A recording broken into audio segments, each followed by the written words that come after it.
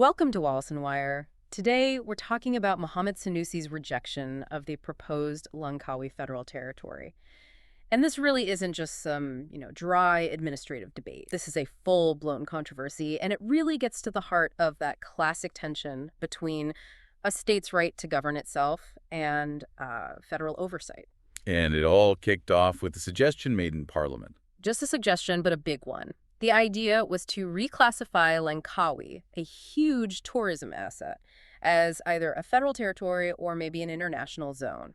And that one idea just set everything on fire. I mean, the immediate subtext there is that the current management, the Kedah state government, isn't doing a good enough job. Or is even failing. And the response from Kedah's chief minister, Mohammed Sanusi, was, well, it was not subtle. No, he was incredibly direct. He took to the floor at the Kedah State Assembly, and his language was, let's say, uncompromising. Uncompromising is a good word for it. Absolutely. This is what we need to unpack today. He didn't just disagree with the idea. He threw down a gauntlet.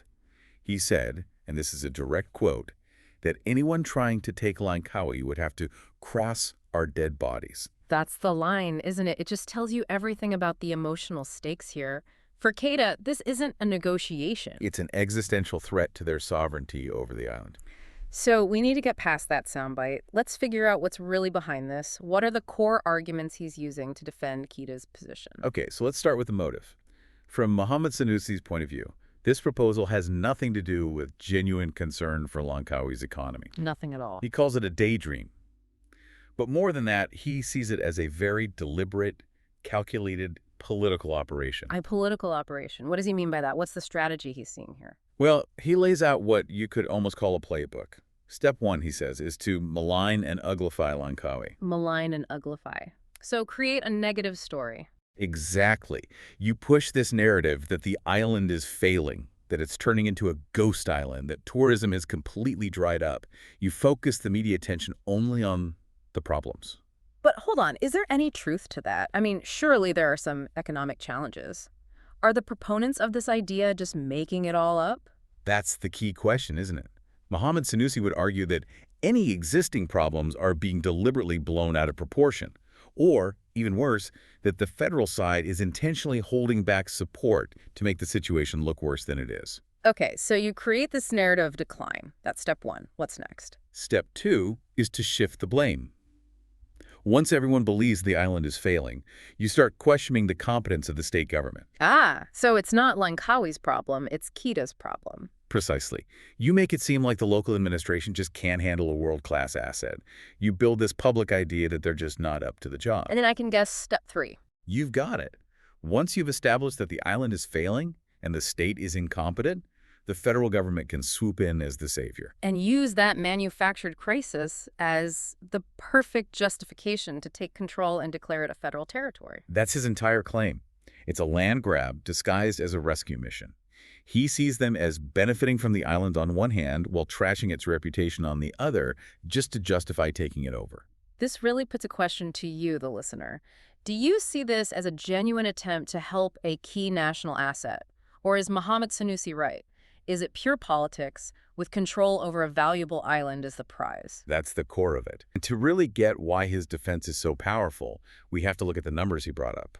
The money. Right. The financial argument. This is where the whole thing gets very revealing about the way state and federal finances work in this country. Okay, let's get into those figures. Let's be specific.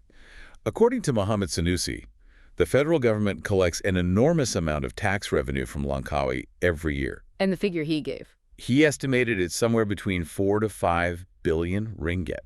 Billion, with a B. 4 to 5 billion ringgit annually.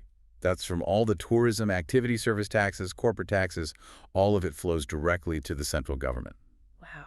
Okay, so that's what the federal government gets. Now, what does the Kedah state government get to collect from its own island? This is the jaw-dropping part. The state is only allowed to collect a tiny, almost symbolic bed tax. And what does that amount to? Just 2 to 3 ringgit per person per night. Wait, so 4 to 5 billion on one side and 2 or 3 ringgits per tourist on the other. That's the gap, and you can see the problem immediately. How can the state possibly be expected to fund major infrastructure, roads, facilities, everything a top tourist spot needs with that kind of revenue? It seems impossible. And that is his killer argument. He says that judging his government's performance based on revenue is completely unfair because the system is designed to make them look bad. Can you explain that a bit more? Why is the system structured like that? It comes down to the Constitution. A state's revenue is mainly tied to things like land, forests, and minerals, traditional sources. But the big money makers in a modern tourism economy, things like service tax and tourism tax, those are all designated as federal taxes. The state can't touch them. So the federal government reaps all the rewards from the busiest economic sectors on the island. Exactly. And Mohammed Sanusi's point is that it's deeply hypocritical. They collect the billions, then point to the lack in development, which the state can't afford to fix on his tiny share, and use that as an excuse to say the state is failing. He's basically saying that they're weaponizing a fiscal imbalance that was built into the system. That is the charge, yes. And it completely reframes the debate. It stops being about who is a better manager and starts being about the fundamental fairness of how resources and wealth are shared in the country. And that feeling of injustice really fuels the whole sovereignty argument, doesn't it? It brings us right back to it. He stressed that Langkawi has always been part of Kedah.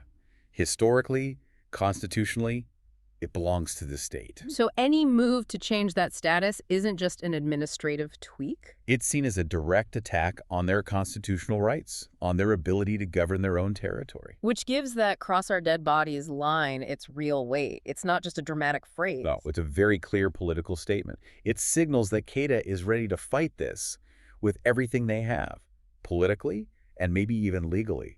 It's a line in the sand against what they see as federal overreach. So what does this specific standoff mean for the rest of the country? Why should another state care about this? Because this is a perfect example of the ongoing power struggle over resources. It's not just about Langkawi's tourism. Think about states with oil, gas, or timber. It's the same principle. Exactly the same. Who controls the valuable asset? Who gets the lion's share of the revenue? And who is left to manage the local consequences with a fraction of the income? So the argument that Mohammed Sanusi is making could easily be adopted by other states that feel they're getting a raw deal. Absolutely. His financial argument is a powerful blueprint. It challenges the entire model of centralized tax collection and raises that huge question: is the current system fair? So looking at everything we've discussed, it's really not just a fight over one island. Not at all. It's a powerful statement about the limits of federal power when it runs up against state sovereignty. And it's not just based on emotion or history anymore. Right. It's backed up by a very clear, very sharp financial argument about a system he claims is fundamentally imbalanced. He's moved the defense from just Langkawi has always been ours to something much more potent. Langkawi makes billions for you, but you deny us the funds to manage it properly, and then you blame us for the results. Which leaves us with a huge question. Given that immense revenue, 4 to 5 billion ringgit a year, is there a solution here that doesn't involve changing Langkawi's status? Can there be a middle ground that allows Kedah to get a more significant share of the money its own asset generates? What would a fair financial agreement even look like under the current laws? Remember to like and subscribe for more videos like this.